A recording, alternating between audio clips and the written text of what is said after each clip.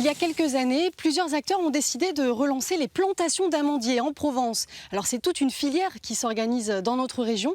Ici, à Bolène, dans le Vaucluse, nous sommes en plein cœur de la récolte.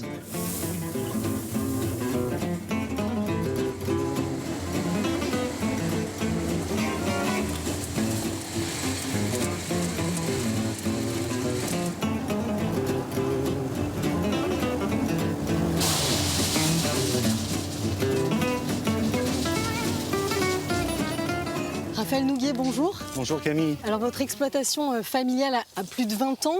Vous avez planté vos premiers amandiers. Quelle est la particularité de cette culture? C'est ça, alors je vous dirais même plus que l'exploitation familiale a 200 ans d'âge. Mais depuis 25 ans, nous nous sommes remis dans les cultures traditionnelles, des amandes de Provence entre autres.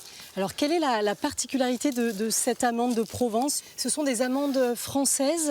Quel type justement de variété? Ce sont des vieilles variétés qui ont été développées après la guerre par l'INRA pour lutter contre les gelées, suite au gel de 1956.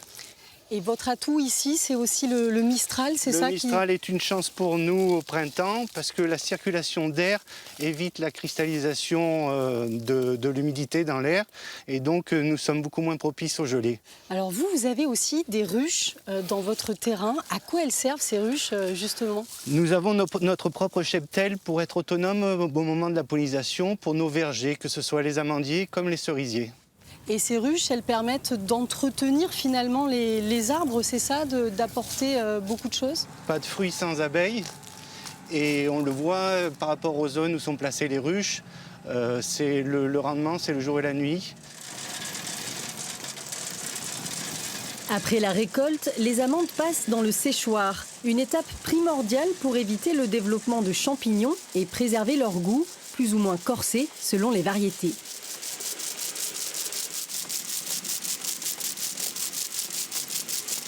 Raphaël, que deviennent vos amandes? Où est-ce qu'on peut les trouver ensuite?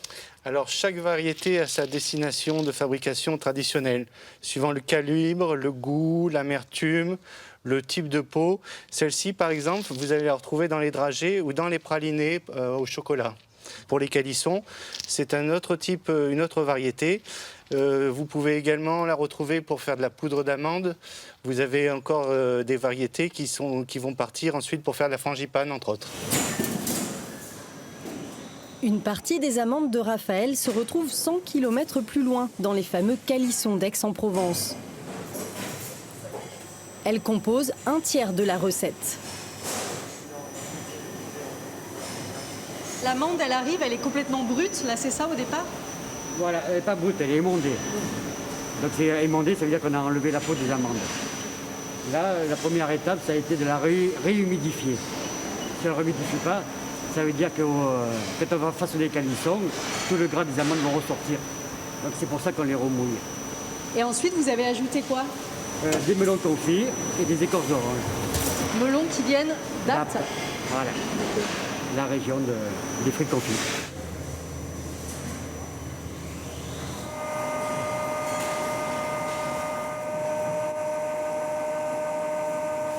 Votre métier, c'est calissonnier. C'est ça? Comment on le qualifie, ce métier? Oui, calissonnier, oui. Ouais. Confiseur. C'est vrai que c'est spécifique à la région quand même. Hein. Ouais. Il n'y a pas d'école pour former. Là, on apprend sur le tas. Vous, ça fait plus de 30 ans que vous êtes ici. Qu'est-ce qui vous plaît dans ce métier-là? Toujours façonner de nouvelles recettes, créer des nouvelles recettes, les mettre au point. C'est très intéressant.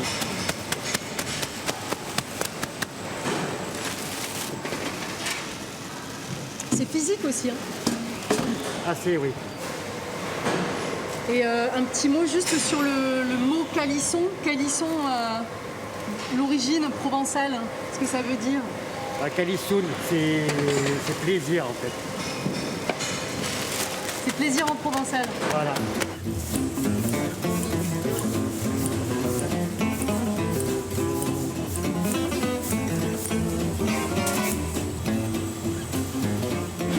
J'en goûte quand même. Hein. Je fais toujours ma petite gourmande pour en prendre un petit peu et en goûter quand il y a des nouveaux produits et tout. Ah oui, hein. Oui. J'aime bien quand on sort des nouveaux parfums, des nouveaux... Donc je goûte toujours après 31 ans de boîte quand même.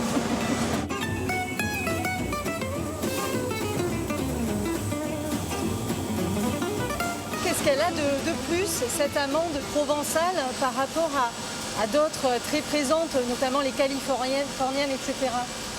On va dire que c'est une amande qui est cultivée de manière plus respectueuse, qui utilise moins d'eau que par exemple les cultures en Californie. Donc c'est une amande qui est moins aqueuse, plus riche, on va dire encore gras, donc plus goûteuse et plus craquante. C'est important justement de valoriser ce produit d'ici. Oui, effectivement, l'amande faisait vraiment partie du paysage provençal au XIXe siècle, jusqu'au début du XXe siècle. Et puis l'amande a peu à peu disparu de nos paysages, jusqu'à représenter une récolte très faible en fait, bien en deçà des besoins des confiseurs comme nous par exemple. Le fabricant utilise un peu moins de 10% d'amandes locales aujourd'hui. Un chiffre qui devrait augmenter avec la relance de la culture. 200 hectares d'amandiers ont été plantés dans notre région depuis 2016. Les producteurs espèrent bientôt obtenir un label. Il permettra aux consommateurs de reconnaître et savourer l'amande cultivée en Provence.